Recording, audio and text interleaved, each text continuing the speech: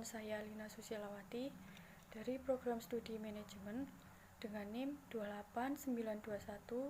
28921500086 dari Fakultas Ekonomi dan Bisnis Universitas Pancasakti Bekasi. Baik, pada kesempatan kali ini saya akan menjelaskan tentang histori dan kronologi sejarah perjuangan bangsa Indonesia dari zaman kerajaan sampai zaman kemerdekaan dengan dosen pengampu Bapak Dr. Andes Warman Marshall MM.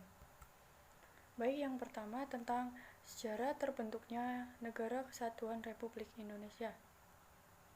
Sejarah Indonesia perlu diketahui, nama Indonesia sendiri baru digunakan pertama kali pada Kongres Pemuda II, yaitu pada tanggal 28 Oktober tahun 1928. Sebelum itu dikenal dengan sebutan Nusantara. Pada tahun 1509, bangsa Portugis berhasil menguasai Malaka, Ternate, dan Madura. Salah satu perlawanan yang dilakukan adalah dari Fathahillah dari Demak yang berhasil merebut Sunda Kelapa dari Portugis, yakni pada tahun 1602. Setelah Portugis, Belanda kemudian ke wilayah Banten dalam pimpinan Cornelis de Houtman. Saat itu, Belanda ingin membentuk VOC dan menguasai rempah-rempah di Indonesia. Yang kedua tentang pembentukan VOC.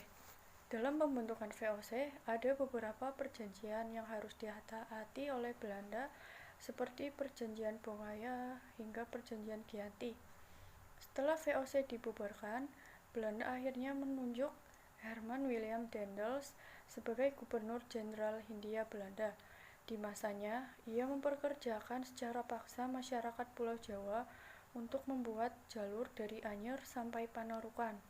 Belanda menguasai Indonesia selama kurang lebih 350 tahun. Hingga akhirnya Jepang masuk ke Indonesia dan menyerang Belanda hingga menyerah tanpa syarat.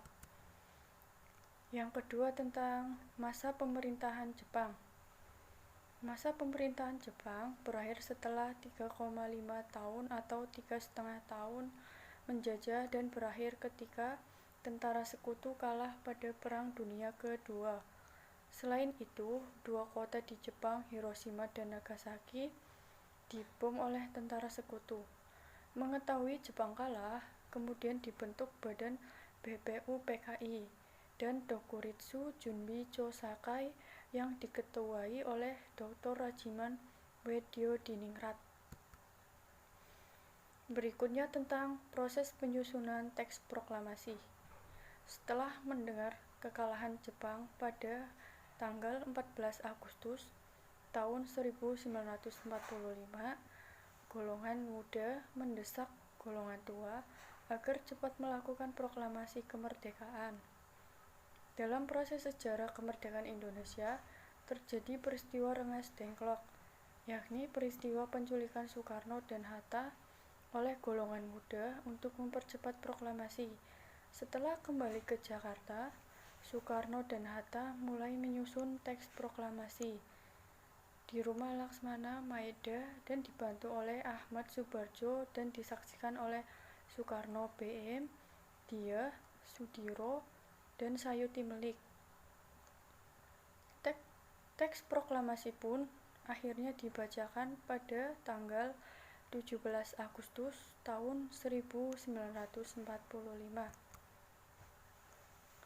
Berikutnya, sejarah Indonesia setelah merdeka ialah mengesahkan dan menetapkan Undang-Undang Dasar sebagai dasar negara Republik Indonesia yang akhirnya dikenal masyarakat sebagai Undang-Undang 1945.